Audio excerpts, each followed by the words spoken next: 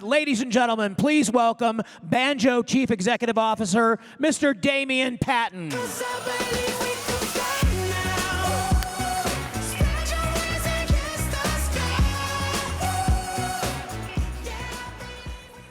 Hello, everyone. What a great conference that Clint and everybody at Silicon Slopes has put on so far. It's been exciting to be here. I hope everyone out there is loving every minute of this. For those of you not from Utah, I hope you guys are getting an amazing experience. Just a second ago when I was running up here on the stage, someone said, who's the guy with the beard? And so you're about to find out. Time, yes, time, as we know it, is about to change forever. In fact, it already has. Every day, we all make decisions. At home, at work. Some are small, yet others change the course of our lives forever. But when we make these decisions, we're getting information to make these decisions from. We think it's the best information there is. But when we go back and reflect on the information, we always think, I wish I would have had that information sooner, or I wish I would have known those pieces of information that I wasn't told, because I could have made a better decision that changed my life. And when we hear the terms information or data, we hear the terms real time. To me, real time it's historical. Real time is biased. I think of real time as me talking to you right now. It's live. But we all know when we get information, we're getting it through someone else. Whether that's through the media, whether that's through friends, whether that's through other sources, but it's not live. It's real time, and that is historical. And if it's historical, that means not only is it biased, it means it's been interpreted. That way, we're not making the best decisions with the best information because we don't have it live. And so years ago, about a decade ago, I saw the impacts of what real-time data and decision-making was doing. And I said there has to be a way to compress time so that us as human beings can get everything truly live. And so I started this company, Banjo, for the purposes of getting live information out to the people that matter most, meaning to like emergency responders, so that we can get help much faster. And I developed a system that would be able to capture the world of live data. And when I say the world of live data, I'm talking about all the public data out there, like 911 calls and traffic cameras and weather. All this data coming into one place and using artificial intelligence truly live to make sure that we are not missing out on things to make the best decisions. And so, as a company, we have a mission, not a mission statement, a mission. And that mission is to save human life and to reduce human suffering by using artificial intelligence only for good. So I've just mentioned all this data, and I just mentioned artificial intelligence. And I hope each and every one of you have thought to yourselves, whoa, if they've truly got one of the largest stores of live data in the world, and they're using artificial intelligence in an unprecedented way to know what's happening anywhere in the world live, that should concern you. You know, as engineers, as entrepreneurs, as consumers, as citizens, we got the internet wrong. And we know that now, that meaning it got out of control. And then social eclipsed that, and every day we hear about all the negativity and things around social and the misuse of data and ethics. Well, I can tell you right now that artificial intelligence is going to make all of that look like child's play if we don't get it right. And so us as a company, we have never sold data. We have a massive amount of data, and we've never, ever sold it.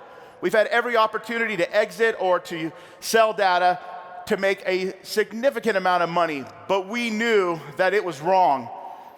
And we've used the data, and we've anonymized it. All of your personal identifiable information that is public, we've still anonymized it. to make sure that people's data is used in a responsible way. And then artificial intelligence is being used only for that of saving your life or reducing human suffering. But I need the help of every one of you out there today. Because it's not good enough for people just to be on stage talking about the ethics of artificial intelligence. We all as citizens have a responsibility greater than ourselves to ensure that it is used responsibly. And us as entrepreneurs, and those entrepreneurs out there in the audience, or those that work at companies that are going to use artificial intelligence now or in the future, you need to do a gut check. If I wasn't working here and this is the way data was used, and this is the way artificial intelligence was used, do I feel good about it? And in that split second before your brain takes over and you convince yourself why it's okay, did something in your gut tell you it wasn't? Listen to your gut, not your brain. And so what are we doing with all of this data in this new unprecedented way to look at everything live, an advantage that truly no one else has, to be able to have this much information at our fingertips and a system that can tell us what's going on anywhere in the world before anyone else knows about it. It could be things like if you were stuck upside down in your car on a freeway, you think that emergency responders, when they get to you, that's the fastest they could have got to you. That's not true. There is a massive time gap, a real time gap between information from your accident, getting through all the systems today, to where those emergency responders reach your car. Those seconds are critical in your life, let alone the minutes that get wasted with real-time information. Live makes a difference. Live gets it to moment zero so that when you have that accident, emergency responders get to you faster. But since I'm here in Utah today, I'm going to talk about something where artificial intelligence and the saving of human life and reducing human suffering is coming together right here in Utah. A few months ago, the Attorney General from this state, he had seen our system. And once you see it, you can't unsee it. And that's something you'll hear a little bit later from me. But he said, I've seen this, and I know you guys can change child abduction forever. And they had an exercise coming up in the state of Utah a couple days later where all these agencies, hundreds of officers get together, a child is abducted, an actor child, and they go try to find the child. And so with all of their systems and all of their technology and all of their smarts, when the child was abducted, hours and hours and hours went by. And they were doing the best that they can with the tools that they're given, as do all when a child goes missing. But the Attorney General and his investigators had our system, and it was in the background while everyone else did their job. And at the end of it, they came to realize that in seconds, our system had let them know where the child was, and they had ascertained that in minutes, the child would have been recovered. And now, this technology of child abduction is starting to proliferate. What was born here in Utah is now going out and going everywhere. It's not going out fast enough, but I promise you it's going out. And child abduction in this country is now going to be changed forever. Children will have a much greater chance of life and recovery because of this.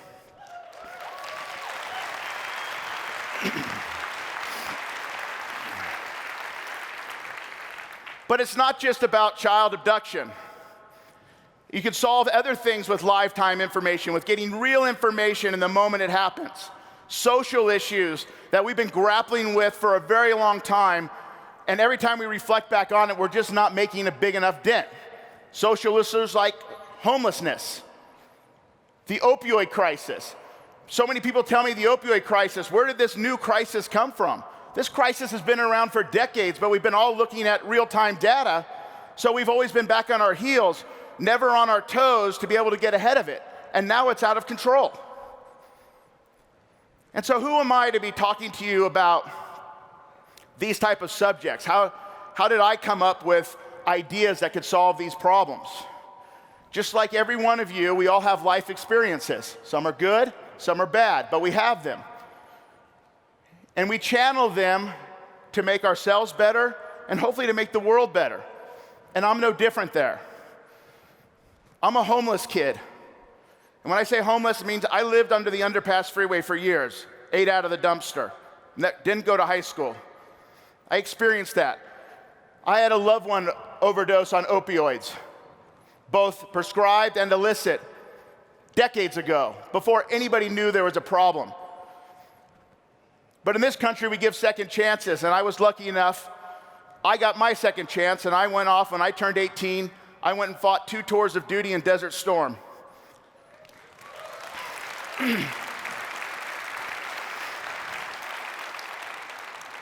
And I came out of that experience with a greater purpose in life, seeing what the other side could be like, seeing what being off the streets could be like. And so I then went into NASCAR, and I got to the top of the ranks there where I was a chief mechanic. I put myself through college and then grad school. I went into law enforcement, and somehow, some way, tech came calling. And then as an engineer, I was invited to go do a hack fest at Google in 2010. And when I won that, Banjo was born. And so I know this sounds crazy, sounds impossible. Heck, it sounds like BS. But I invite each and every one of you to come and see it. Because once you see it, you can never unsee it. You can't put that genie back in the bottle.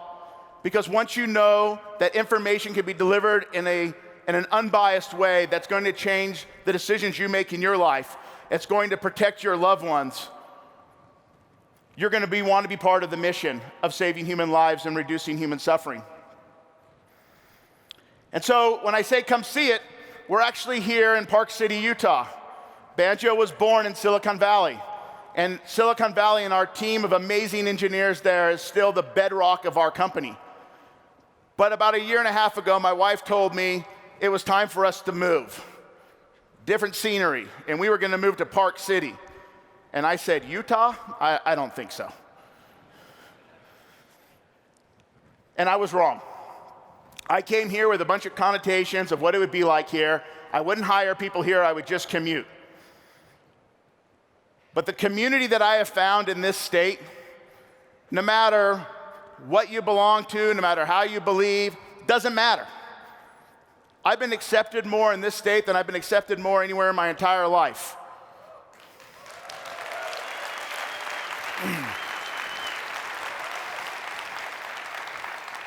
The sense of community in Utah is real, and what it's brought out of me is the best of what I can do with the technology and power of what Banjo can do to save human lives, and the innovative that is born here, but now it's proliferating. What would have taken me years to get through barriers, whether it was through government barriers or through private company barriers or through employees, would have taken years in other places. It took just months here, months. And now that technology, like child abduction recovery, that was literally built and born and tested and deployed in months here, is literally proliferating the rest of the United States right now. That happens in Utah. So for those of you that are not from Utah, get out there and see the rest of it. Get out there and be open to the sense of community that this place has to offer, because it has changed my life, and I wasn't expecting another big change in my life, but Utah brought that for me.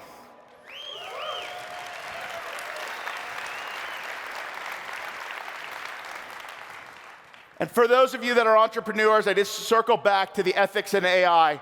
Don't forget what I said 10 minutes ago.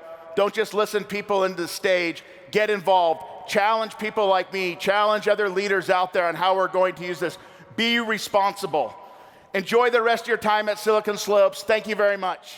All right, ladies and gentlemen.